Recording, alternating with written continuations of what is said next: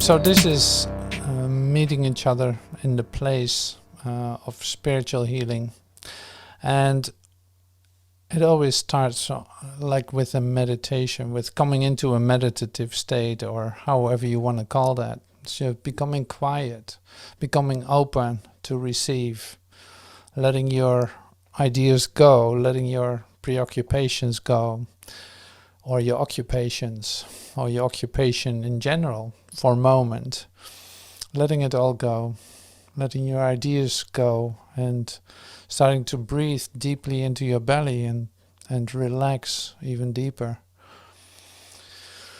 See, and that happens here.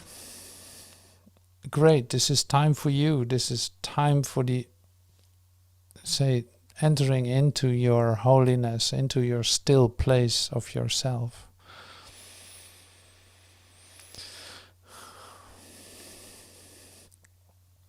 So I'm really happy that you're here and that you decided to join in this place with me. And it is a place where love transfers into love, where we meet open-heartedly, where we allow ourselves, or I allow myself to be vulnerable and be completely open. Who knows what's going to happen? And this is all coming from an idea of purpose. Not that we're going anywhere, not that we have to achieve something. No, but the purpose is to have your holiness, saying your full awareness, by just allowing that to occur and having no distractions in the way. So how's that going for you? Are you able to relax a little bit and entering into this deep place inside of you? Because it's so much easier for you to communicate when you're there. You start to feel your oneness and connectedness with one another when you do that.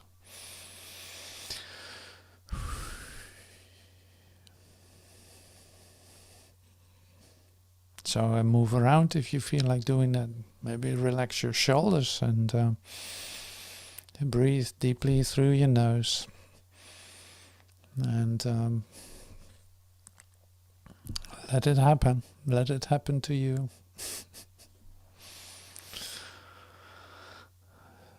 So what are we doing today? It's like, well, this came up. So this idea of art and science of healing, using A Course in Miracles.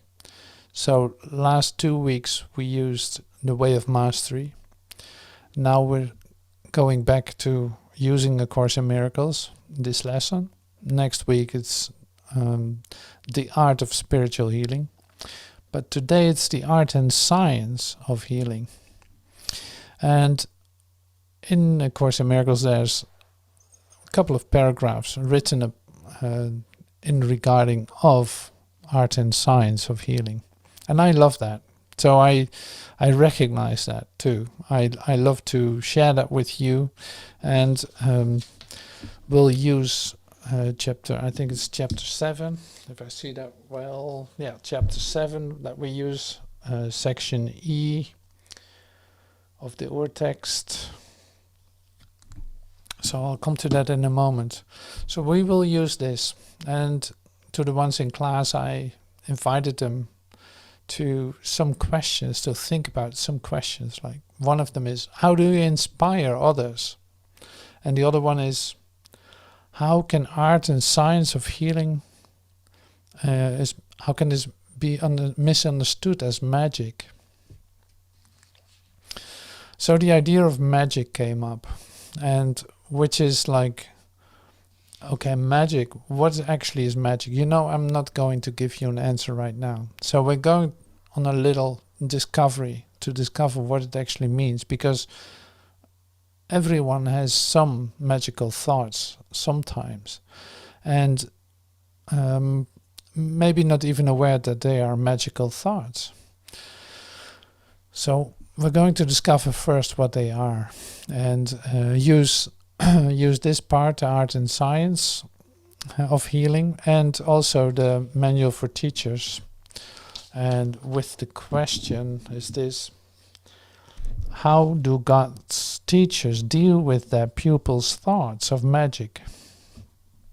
So how is the teacher of God dealing with the thoughts of magic? So slowly but certainly you will get an idea about what this magic is, and how to avoid using these ideas in healing, in the art of healing. Because they're in the way, in a certain sense, they're in the way. But like I said, we first have to discover what they are. So I'm using how do God's teachers deal with their pupils' thoughts of magic. I'm going to read some of it and stop and share some ideas to you. How do God's teachers, so this is on page 435 of the Vortex manuscripts, Manual for Teachers. This is the crucial question both for teacher and pupil. If this issue is mishandled, the teacher of God has hurt himself and also attacked his pupil. This strengthens fear and makes the magic seem quite real to both of them. How to deal with magic thus becomes a major lesson for the teacher of God to master. His first responsibility is not to attack it. If magic thoughts arouses anger in any form, God's teachers can be sure that he is strengthening his own belief in sin and condemned himself. He can be sure as well that he has asked for depression, pain, fear, and disaster to come to him.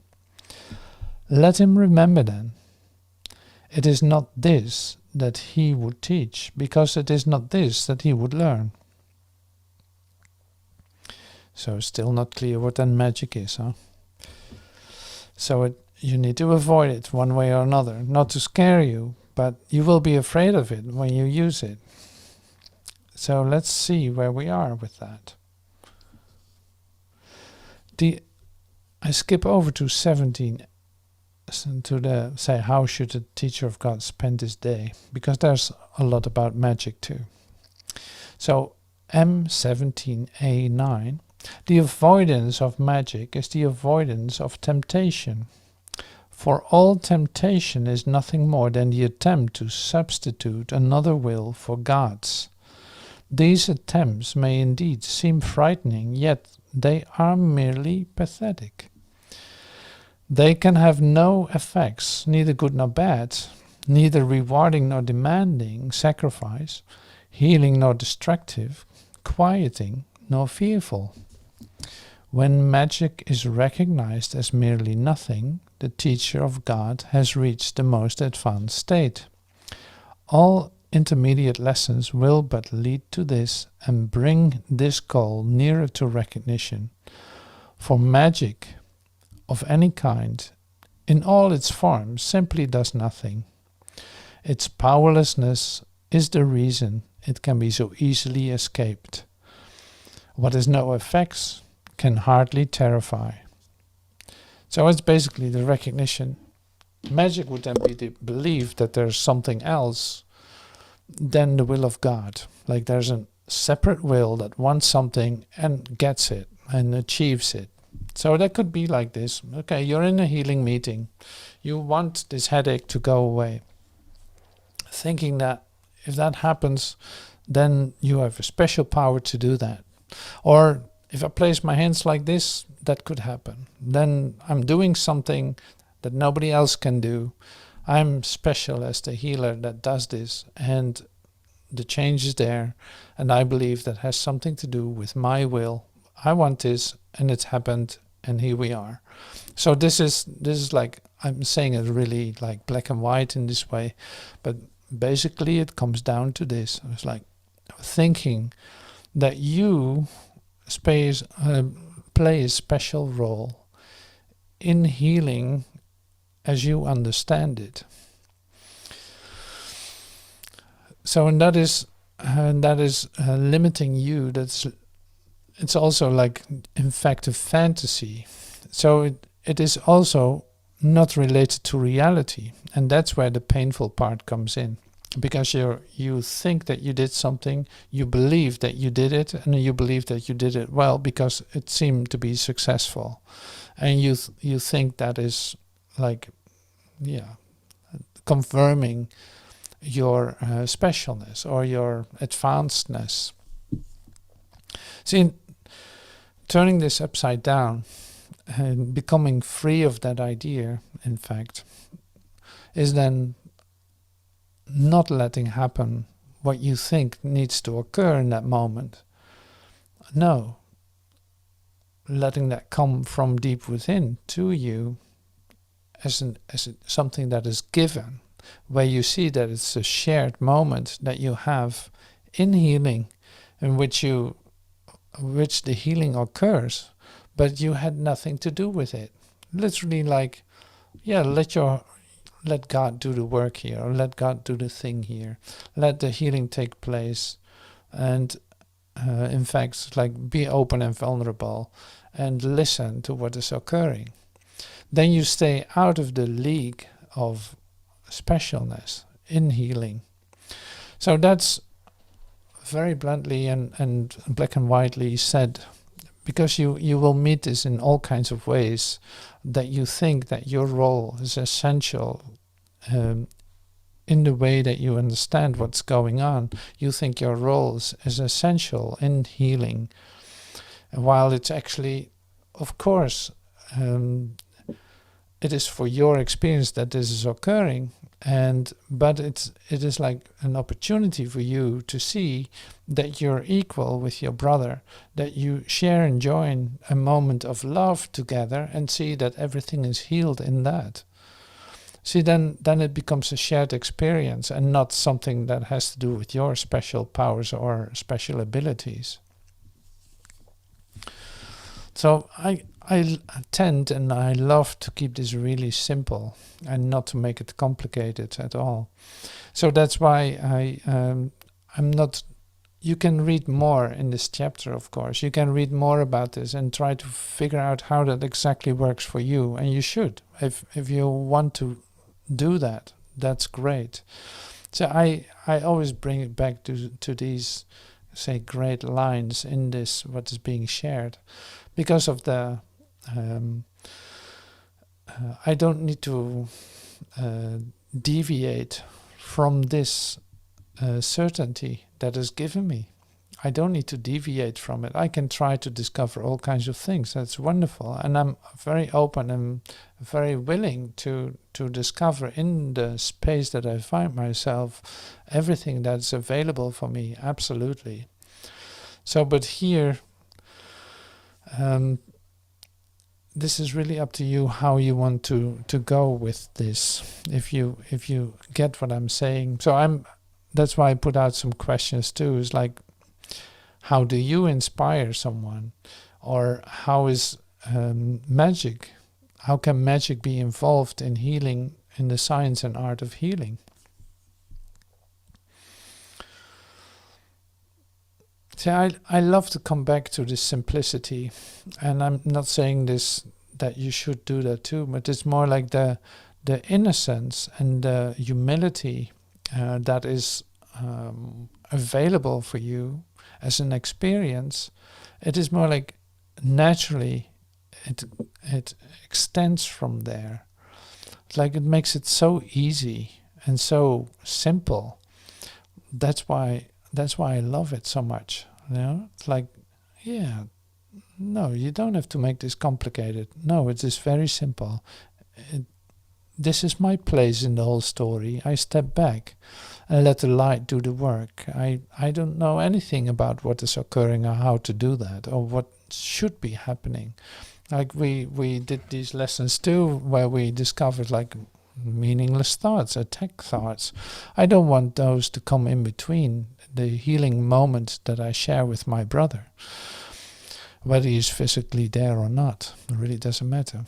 So just reminding myself of one of the things that we're going to do in this class too is have a moment, a healing circle together, like bringing in the ones that you think need healing. And just as an, like, okay, I extend my mind to the one that's in my mind and allow healing to occur for myself in that. To see that coming from the place of holiness, I'm able to do all things, because holiness is what is being reflected here and what transfers my perception into knowledge.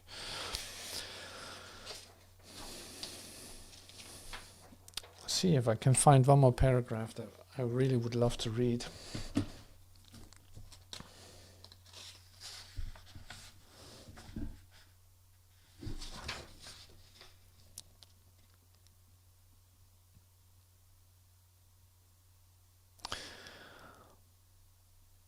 Okay, so M18A8.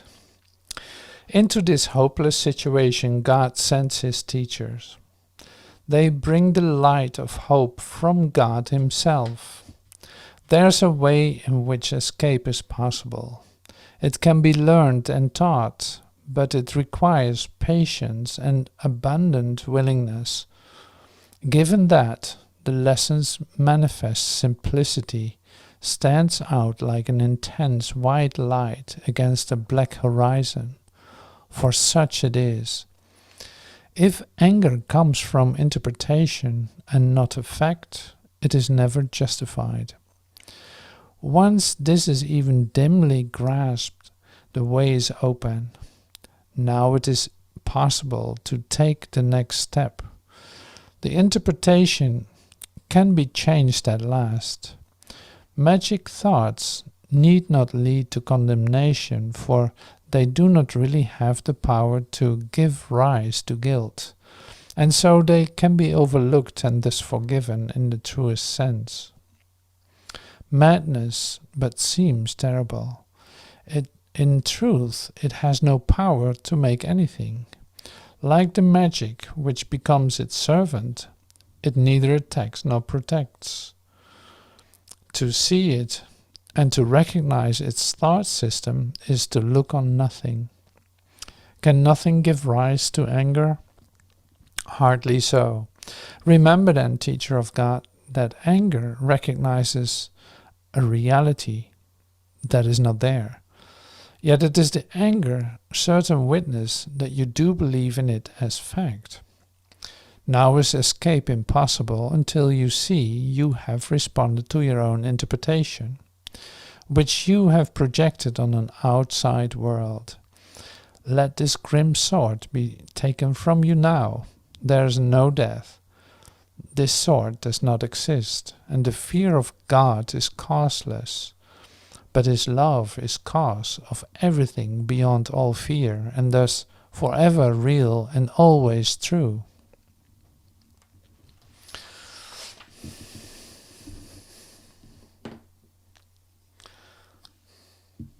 So, in this specific chapter, there's looked at this idea. It's like when you see that somebody has magical thoughts and thinking that it can establish something, like it's pretty popular to think this way, like all kinds of ways to manifest stuff and manifest abundance, manifest this beautiful car that you want to have, or lots of money, or who knows what.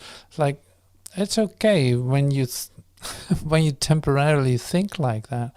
Like, it's not up to anyone to judge it or to say like, well, that's something I don't want, I don't want to involve myself into, as if it had power. It's like, no.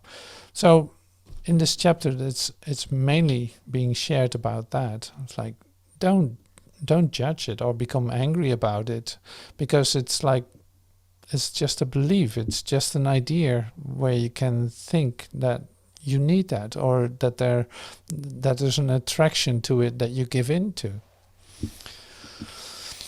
So bringing that back then to the end of this section, it is like, No, here, forgive your brother. Look beyond what he shared with you and come into your own, say, core of your being. Like, come into your own stillness and extend from there and see what happens. Then you don't have to do anything with your brother in that sense. You don't need to correct him for his crazy thoughts or anything.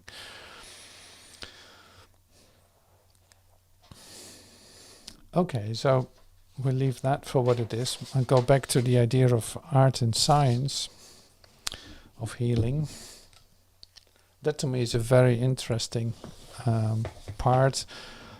Chapter 7, it says, chapter 7 on page E6. Yeah, chapter 7 on page 84. The recognition of truth. Healing, it says in the 6th paragraph, healing is both an art and a science, as so often has been said. It is an art because it depends on inspiration in the sense that we have already used the term.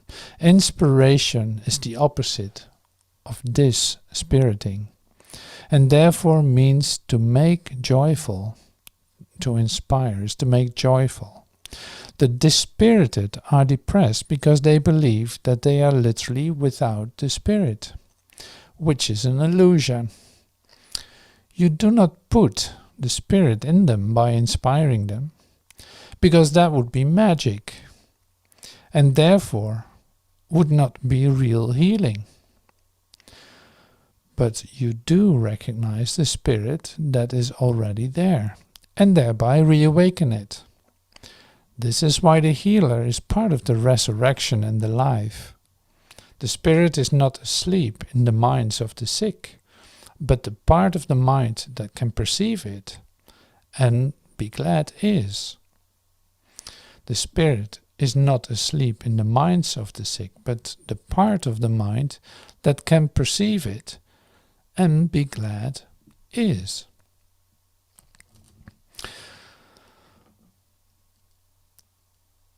Okay, so inspiration. Inspiration is to make joyful, to make joyful. Dispirited is depression. It is not that spirit is gone, it appears that way. You feel depressed, you feel not inspired, you feel limited, you feel like, what am I supposed to do? What is something going to help me out of this? That is what that could be. So inspiration, and on the other hand, that's why healing is art in that sense. Like, it's based on the idea of inspiration. And inspiration can come to you in many ways. So in class we're going to talk about how do you inspire others? How does that work? And that's great, because it's like there's something for you to do. If you think that there is, like, how can this come to you? How can you be inspired? What do you need to do for that? What is the necessity? So a really interesting question, and really great to discover for yourself how this works. So we come to that later in class, in the moment that we come together. Part 2. Healing is also science, because it obeys the laws of God, and whose laws are true. It obeys the laws of God. That's why it's a science. Because they are true, they are perfectly dependable, and therefore universal in application. The real aim of science is neither prediction nor control, but only understanding. This is because it does not establish the laws it seeks, cannot discover them through prediction, and has no control over them at all. Science is nothing more than an approach to what already is. Like inspiration, it can be misunderstood as magic, and will whenever it is undertaken as separate from what already is, and perceived as a means for establishing it. To believe this is possible is to believe you can do it. And this can only be the voice of the ego. So science is nothing more than the approach to what already is.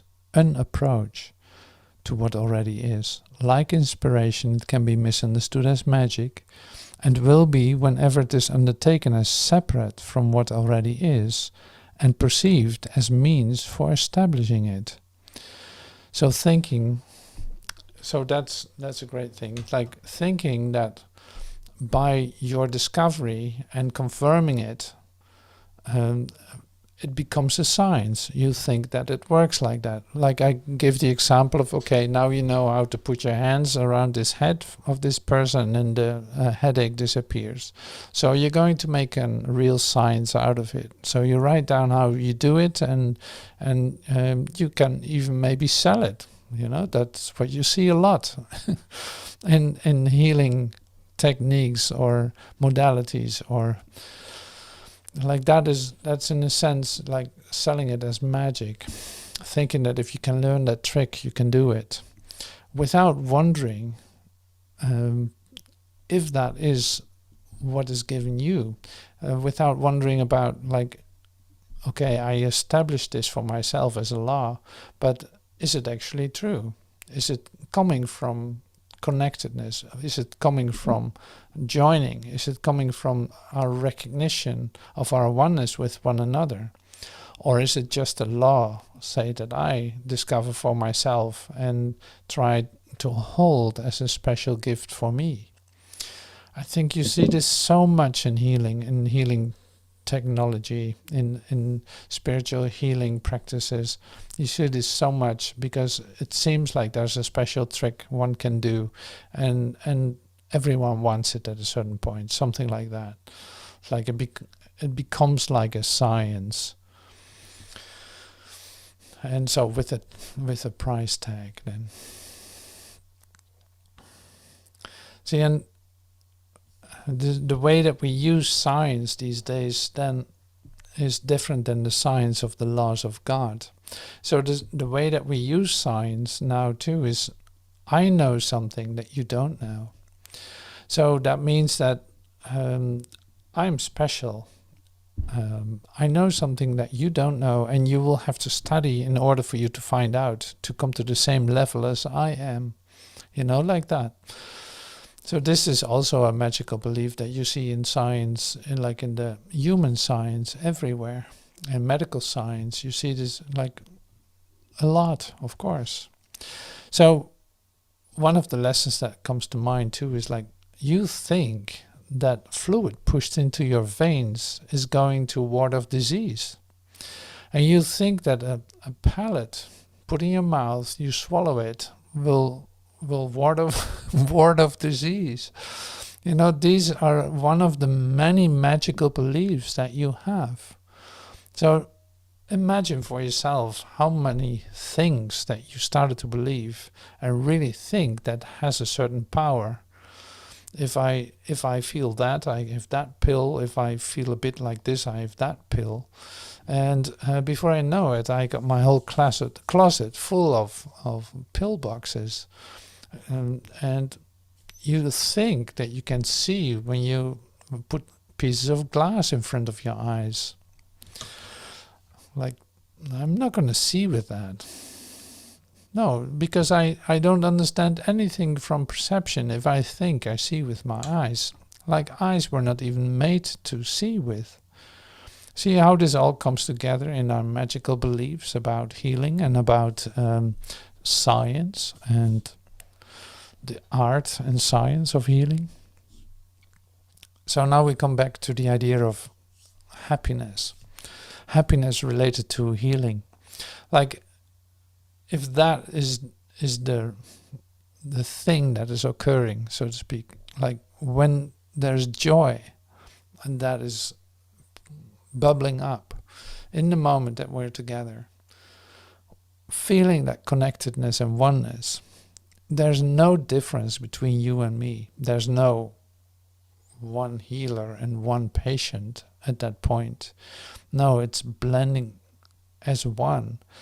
We just did have some different roles in the matter. It appeared that way until we dissolved into a moment of joining and happiness. So that's where this comes together. And that's how you recognize it is real. And it has to do with connectedness. It is not making anyone special in this. So that's, the temptation to make someone special in this is incredible. So, but once you experience this, then you know, like, no, there's no need for that at all. Like, no, I'm not special, you're not special. But in our joining together and receiving the healing for each other, we see that the love transfers into love, that was the basis of the healing. And it makes us both happy, or it makes us all happy. So it extends from my holiness to you, and extends from your holiness to me. And we recognize our oneness in that. So I hope this has become a little bit clear for you, the idea of magic. So some examples were just very handy to see, like, oh yeah, the medical is full of magical beliefs. It's unbelievable and so well presented. So it doesn't mean that you have to become angry at the doctor or become angry at the at the drugstore or something. Like, no, there's no need for that. These beliefs will dissolve. It might take a moment, but it will dissolve at a certain point. If you're still free to offer healing to everyone and allow this melting into oneness together, you can still offer that and let that happen, if that's the moment for it. So then, this is a Course in Miracles that we're using. So Jesus says, like, I inspire all miracles. So ask of me which miracles to perform today. So this is really helpful to me. If I do that, then it feels so good what is happening. I'm not concerned about any outcome, or not concerned about that I have to do something in healing. Like, no, it's going to be given which miracles to perform. And that is like, the miracles are the moments in which we join and become one for just an instant. Allow this shift into the vertical awareness taking place. That is what this is then. So that's really the art and science of healing. It is very loving. So always coming back to the same place of holiness, stillness. No, this is not about grandiosity. No, this is about humility and receiving this gift both together. So that's what I love, and that's my practice. So thank you for listening and joining with me in this. So in class we continue now with some of the homework that I gave. All right. Thank you so much.